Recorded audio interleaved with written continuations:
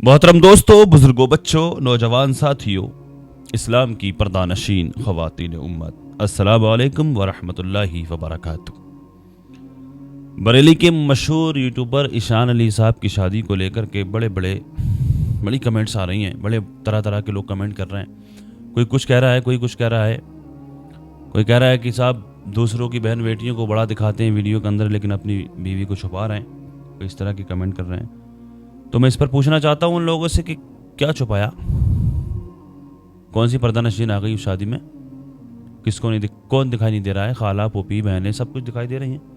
रहा मामला बीवी का, तो बीवी का चेहरा बिलर है, क्या छुपा हुआ है? चेहरा ही तो बिलर कर दिया, सब कुछ दिखाई दे रहा है। कहीं कहीं बीवी का चेहरा भी सामने आ गया है, सब कुछ दिखाई दे रहा है उसमें साफ तरह से।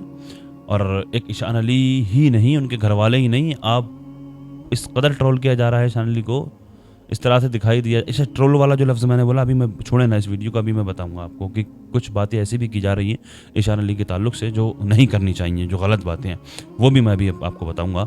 तो मैं ये कह रहा था कि उस शादी के अंदर कुछ ऐसी खातून भी आई हुई थी, देख सकते हैं आप, मैं नाम नहीं लूँगा, हाँ मैं नाम नहीं लूँगा, आप समझ सकते हैं। देखें, आप गौर करें ज़रा, उस शादी के अंदर कुछ ऐसी ख़वातीन भी पहुँची हैं जो व्लॉग बनाती हैं, और किस अंदाज में, किस तरह के कपड़े पहने उन्होंने।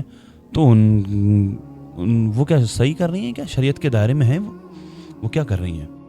तो रहा मामला पर्दे का कि अपनी बीवी को नहीं दिखाया, सब कुछ दिखाया जा रहा है, सब कुछ दिखाया गया है, कोई ऐसी पर्दानशीन उसमें नहीं थी, सब कुछ दिखाया गया है, सिर्फ चेहरा ही ब्लर कर दिया गया है। क्या बचा उसमें? बाकी ऐसे लोग दीन जिनके दिलों में उतरा ही नहीं है, वो अगर पर्दा भी अगर कर लें तो उससे क्या फ़ायदा है? कि सारी दीनदारी पर्दे में ही थोड़ी है, दीनदारी कोई पर्दे का ही नाम थोड़ी है। सिर्फ रहा मामला महरों का, जो लोग इस तरह की कमेंट कर रहे हैं कि महर के ताल्लुक से ईशान अली साहब की शादी में कितने महर बंधे हैं, तो देखिए कम से कम 10 दिरहम से तो कम होनी नहीं चाहिए महर, लेकिन हाँ हस्ब हैसियत होनी चाहिए। महर जो है ना, हस्ब हैसियत होनी चाहिए। तो ईशान अली साहब की हैसियत कोई 7-8 हज़ार रुपए की तो नहीं है, लाखों कमाते हैं माशाल्लाह महीने के। और महर जो होता है शौहर की तरफ से बीवी के लिए गिफ्ट होता है, एक तोहफा होता है। तो महर जो गिफ्ट होता है, तो गिफ्ट भी एक हैसियत के हिसाब से होता है इंसान के लिए। तो माशाल्लाह अच्छा कमाते हैं। अगर 1-2 लाख के महर भी बन जाते, 2-2.5 लाख के बन जाते, या इससे ज़्यादा भी अगर बन जाते, तो कोई ऐसे एतराज़ वाली, कोई दिक्कत वाली बात नहीं थी। ज़माना दुनिया तारीफ़ करती इस चीज़ को लेकर के।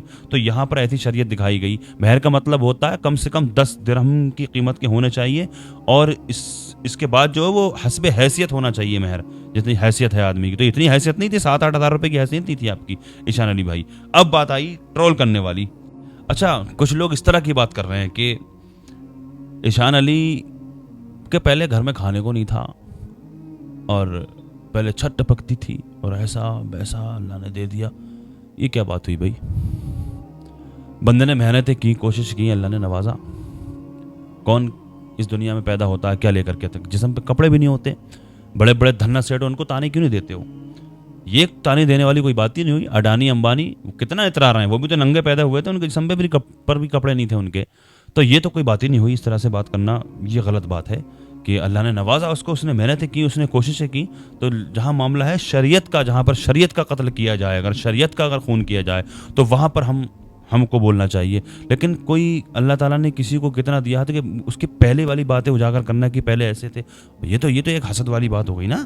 तो कि पहले ऐसे थे। हमारा काम ये नहीं है किसी को की बुराई करना या किसी से हसद रखना, हमें सिर्फ एक शरीयत का रास्ता दिखाना है। हमें तो शरीयत का अगर जहाँ पर कत्ल हो रहा है तो हमें वहाँ पर बोलना है। लिहाजा कोई कुछ कह रहा है, कोई कुछ कह रहा है, हम तो बस यही कहेंगे मेरे अजीज़, देखिए ये दौलत जो है ना, ये आती जाती रहती है। आज किसी के पास है तो कल किसी के पास है। असल है इंसान के लिए कि ऐसी ज़िंदगी गुजारे कि कहीं ऐसा ना हो कि मर जाए, मरने के बाद में कुछ चीज़ें वो ऐसी छोड़ जाए अपने पीछे, ऐसी चीज़ें ईजाद कर जाए, ऐसी रिवायात छोड़ करके चला जाए कि उसको बाद मरने के कुछ, उसको देख करके दूसरे लोग फॉलो करने लगे उसको, और पता लगे उसको फॉलो दूसरे कर रहे हैं, कब्र में डंडे फरिश्ते तुम्हारे ऊपर उठाए पड़े हैं, हाँ डंडे तुम्हारे ऊपर दबा के चल रहे हैं। ऐसी चीज़ें ना छोड़ के जाएँ, इसलिए शरीयत के दायरे में रह करके काम किया जाए। अल्लाह ने इतना दिया है तो जायज़ तरीके से करें उस काम को। और शादियों का मामला है, महर का मामला है, और दहेज का मामला है, तो दूसरी चीज़ में ये भी आती है कि जो बेटी का, बहन का जो हक़ बनता है, विरासतन जो हक़ बनता है, वो तो नहीं दे रहे हैं। बड़ा भारी, ये भी दे दिया, वो गाड़ी भी दे दी, ये भी दे दिया, वो भी दे दिया, ये तो सब कुछ हो रहा है।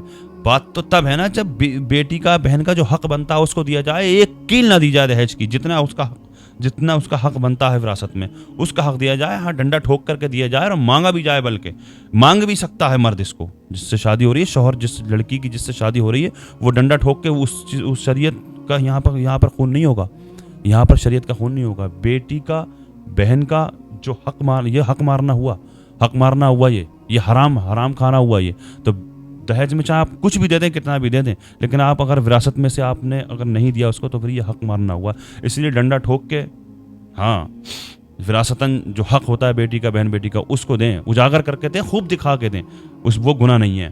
لہٰذا اللہ کی بارگاہ میں دعا ہے اللہ پاک سمجھ عطا فرمائے, دین کی صحیح سمجھ عطا فرمائے, اللہ پاک ہمارے ایمان و عقائد کی حفاظت فرمائے, اللہ تبارک و تعالی دین کی صحیح سمجھ عطا فرمائے, دنیا کے تمام مسلمانوں کی عزت و آبرو کی, جان اور مال کی حفاظت فرمائے. السلام علیکم ورحمۃ اللہ وبرکاتہ.